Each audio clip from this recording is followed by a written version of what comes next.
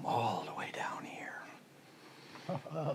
I'll put that out of the way so I can sit right next to you. And we got all the way up to already, let's take a look-see, chapter 20. While you finish your honey toast, I am going to read to you chapter 20 from the Agatha Christie murder mystery, The Sitterford House. And we are all the way up to chapter 20 called Visit to Aunt Jennifer. I'll try to say aunt. Aunt is better. Visit to Aunt Jennifer. Here we go. At 2:30, Dr. Warren received a call from Emily. He took an immediate fancy to this businesslike and attractive girl. Her questions were blunt and to the point. Yes, Miss Trefusis, I see exactly what you mean. You'll understand that, contrary to the popular belief in novels, it is extremely difficult to fix the time of death accurately. I saw the body at 8 o'clock. I can say decidedly that Captain Trevelyan had been dead at least 2 hours. How much longer than that would be difficult to say. If you were to tell me that he was killed at 4 o'clock, I should say that was possible, though my own opinion inclines to a later time. On the other hand, he could certainly not have been dead for much longer than that. 4.5 hours would be the outside limit. Thank you, said Emily. That's all I wanted to know. Wow. Yeah. She caught the 3:10 train at the station and drove straight to the hotel where Mr. Dacre was staying. Their interview was businesslike and unemotional. Mr. Dacre had known Emily since she was a small child and had managed her affairs for her since she came of age. You must prepare yourself for a shock, Emily, he said. Things are much worse for Jim Pearson than we imagined. Worse? Yes, it's no good beating around the bush. Certain facts have come to light which are bound to show him up in a most unfavorable light. It is those facts which led the police actually to charge him with the crime. I should not be acting in your interests if I withheld these facts from you. Please tell me, said Emily. Her voice was perfectly calm and composed. Whatever the inward shock she might have felt, she had no intention of making an outward display of her feelings. It was not feelings that were going to help Jim Pearson. It was brains. She must keep all her wits about her. There is no doubt that he was in urgent and immediate need of money. I'm not going to enter into the ethics of the situation at the moment.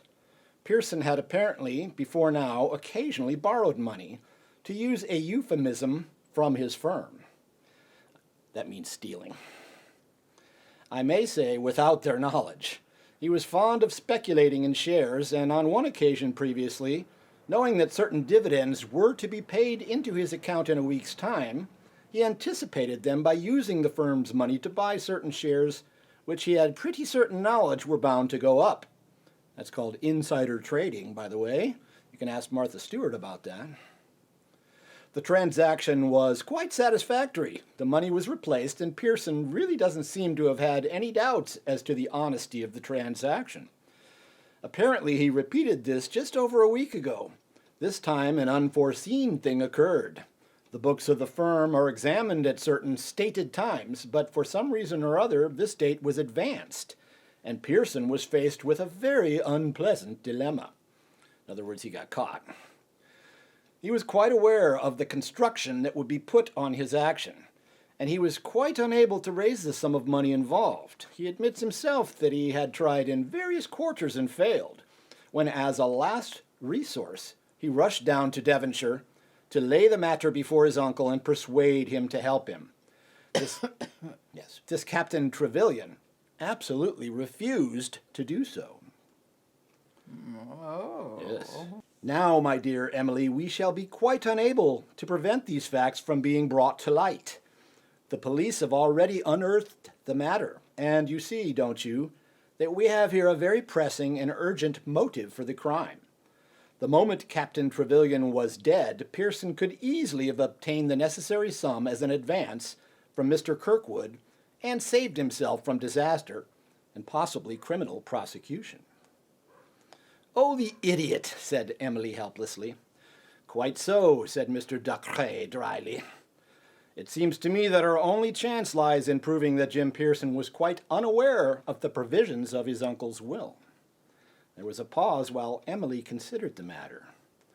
Then she said quietly, "I'm afraid that's impossible." All three of them knew, Sylvia, Jim, and Brian. They often discussed it and laughed and joked about the rich uncle in Devonshire. "Dear, dear," said Mr. Ducret, "that's unfortunate." "You don't think him guilty, Mr. Ducret?" asked Emily. "Curiously enough, I do not," replied the lawyer. "In some ways, Jim Pearson is a most transparent young man. He hasn't, if you will allow me to say so, Emily, a very high standard of commercial honesty. But I do not believe for 1 minute that his hand sandbagged his uncle." "Well, that's a good thing," said Emily.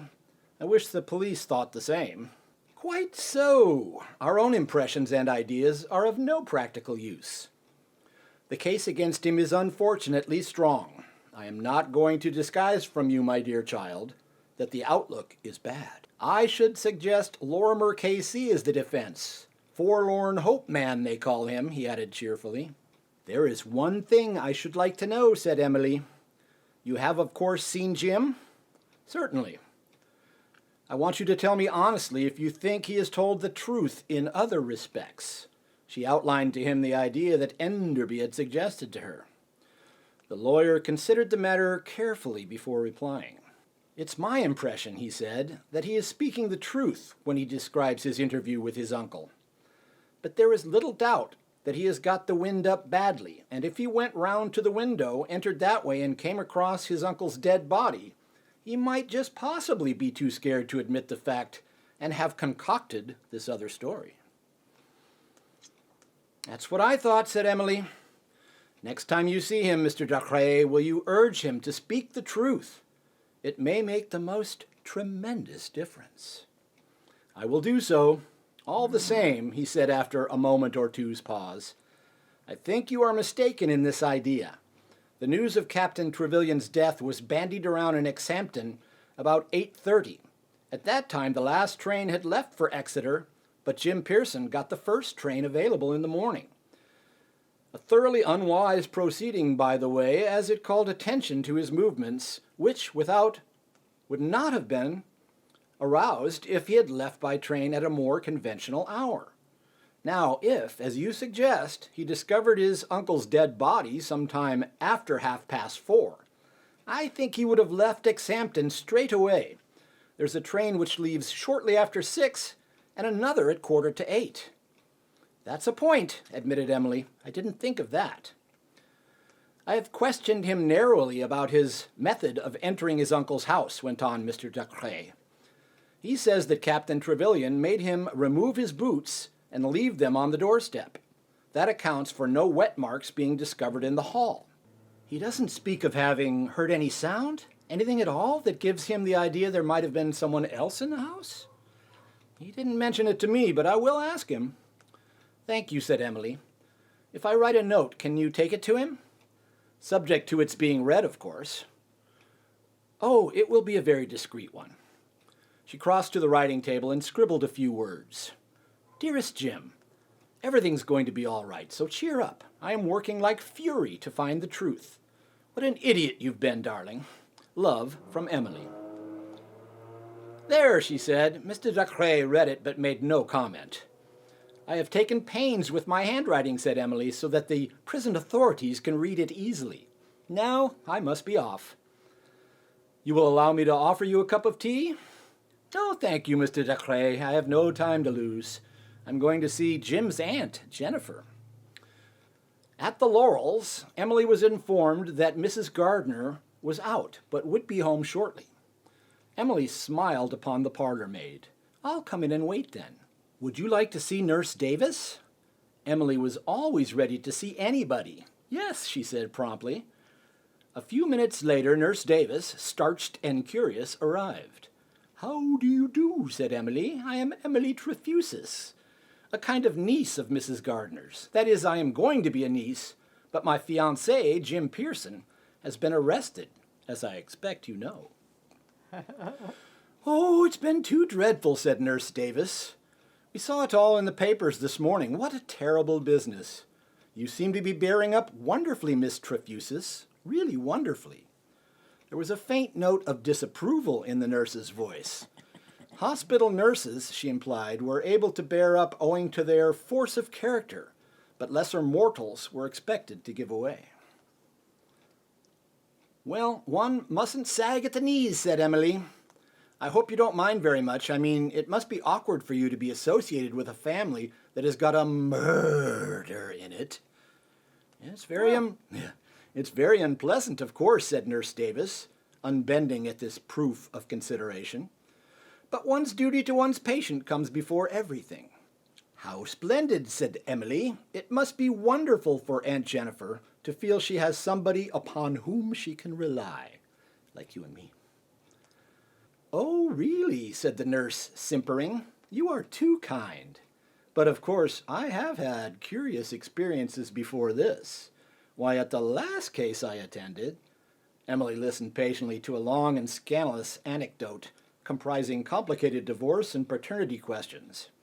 After complimenting Nurse Davis on her tact, discretion, and savoir-faire, Emily slid back to the topic of the Gardners. Oh. Yeah, she has listening skills. Uh-huh.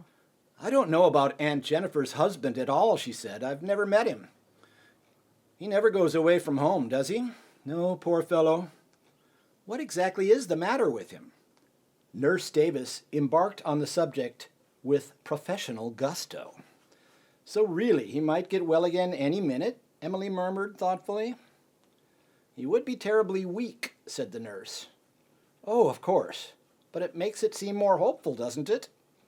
The nurse shook her head with firm, professional despondency. "I don't suppose there will be any cure in this case." Emily had copied down in her little notebook the timetable of what she called Aunt Jennifer's alibi. She now murmured tentatively, "How queer it seems to think that Aunt Jennifer was actually at the pictures when her brother was being killed." "Very sad, isn't it?" said Nurse Davis. "Of course she couldn't tell, but it gives one such a shock afterwards."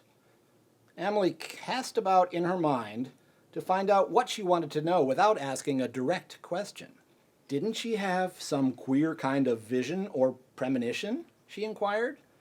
"Wasn't it you who met her in the hall when she came up and exclaimed that she looked quite queer?" "Oh, no," said the nurse. "It wasn't me. I didn't see her until we were sitting down to dinner together, and she seemed quite her ordinary self then." "How very interesting. I expect I am mixing it up with something else," said Emily. "Perhaps it was some other relation," suggested Nurse Davis. "I came in rather late myself. I felt rather guilty about leaving my patient so long, but he himself had urged me to go." She suddenly looked at her watch. "Oh, dear. He asked me for another hot water bottle. I must see about it at once. Will you excuse me, Miss Trefusis?" Emily excused her, and going over to the fireplace, she put her finger on the bell. The slipshod maid came in with a rather frightened face. "What's your name?" said Emily. "Beatrice, miss." "Oh, Beatrice, I may not be able to wait to see my aunt, Mrs. Gardner, after all. I wanted to ask her about some shopping she did on Friday. Do you know if she brought back a big parcel with her?" "No, miss, I didn't see her come in." "I thought you said she came in at 6 o'clock." "Yes, miss, she did. I didn't see her come in, but when I went to take some hot water to her room at 7 o'clock, it gave me a shock to find her lying in the dark on her bed. "Well, madam," I said to her, "you gave me quite a shock. I came in quite a long time ago at 6 o'clock, she said. "I didn't see a big parcel anywhere," said Beatrice, trying her hardest to be helpful. "It's all very difficult," thought Emily. "One has to invent so many things. I've already invented a premonition and a big parcel, but so far as I can see, one has to invent something if one doesn't want to sound suspicious. She smiled sweetly and said, "That's all right, Beatrice. It doesn't matter." Beatrice left the room. Emily took a small local timetable out of her handbag and consulted it. "Leave Exeter St. David's 3:10, she murmured. "Arrive Exampton 3:42. Time allowed for going to brother's house and murdering him. How beastly and cold-blooded it sounds. And such nonsense, too. Say half an hour to 3/4. What are the trains back? There's one at 4:25, and there's one Mr. de Cray mentioned at 6:10. That gets in at 23 minutes to 7. A lot of timetables, very confusing. Yes, it's actually possible either way. It's a pity there's nothing to suspect the nurse for. She was out all afternoon, and nobody knows where she was. But you can't... Oh. Yeah, but you can't have a murder without any motive at all. Of course, I don't really believe anybody in this house murdered Captain Trevelyan, but in a way it's comforting to know that they could have. Hello, there's the front door." There was a murmur of voices in the hall, and the door opened, and Jennifer Gardner came into the room. "I'm Emily Trefusis," said Emily. "You know, the one who is engaged to Jim Pearson." "So you are, Emily," said Mrs. Gardner, shaking hands. "Well, this is a surprise." Suddenly, Emily felt very weak and small, rather like a little girl in the act of doing something very silly.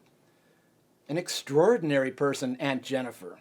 Character, that's what it was. Aunt Jennifer had about enough character for 2 3/4 people instead of 1. "Have you had any tea, my dear?" "No." "Then we'll have it here. Just a moment, I must go up and see Robert first." Yeah. A strange expression flitted over her face as she mentioned her husband's name. The hard, beautiful voice softened. It was like a light passing over dark ripples of water.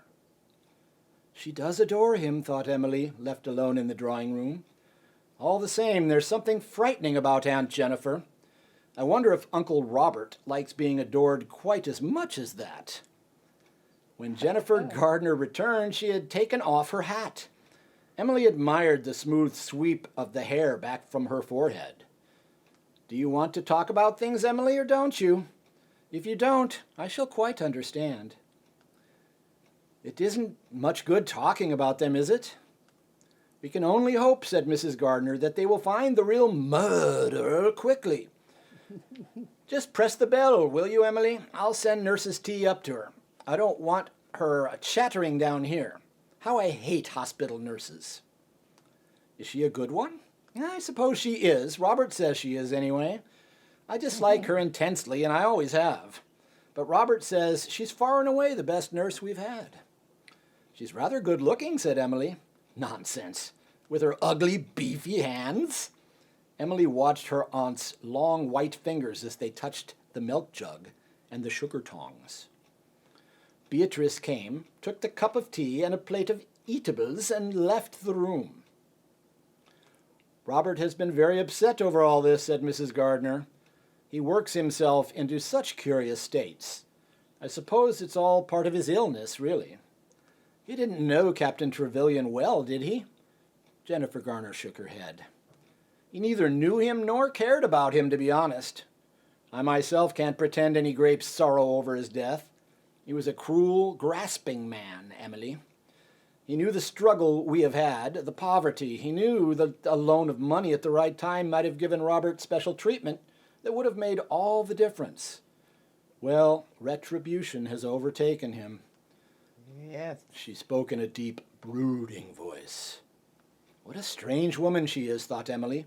"Beautiful and terrible, like something out of a Greek tragedy." "Maybe there's still time," Mrs. Gardner went on. "I wrote to the Exampton lawyers today asking if they could forward me some of my inheritance money." Her face was glowing, lit up as though by a lamp. Money, money, money, money. Emily was tired. She had had a long day, little or nothing to eat, and she was worn out by suppressed emotion. The room kept going away and coming back again. "Aren't you feeling well, dear?" "It's all right," gasped Emily, and to her own surprise, annoyance, and humiliation, burst into tears. Mrs. Gardner did not attempt to rise and console her, for which Emily was grateful. She just sat silently until Emily's tears should subside. She murmured in a thoughtful voice, "Poor child. It's very unlucky that Jim Pearson should have been arrested. Very unlucky. I wish something could be done about it." And that is the end of chapter 20 of the Sitterford House. That was a good one, huh? Yes. Yay!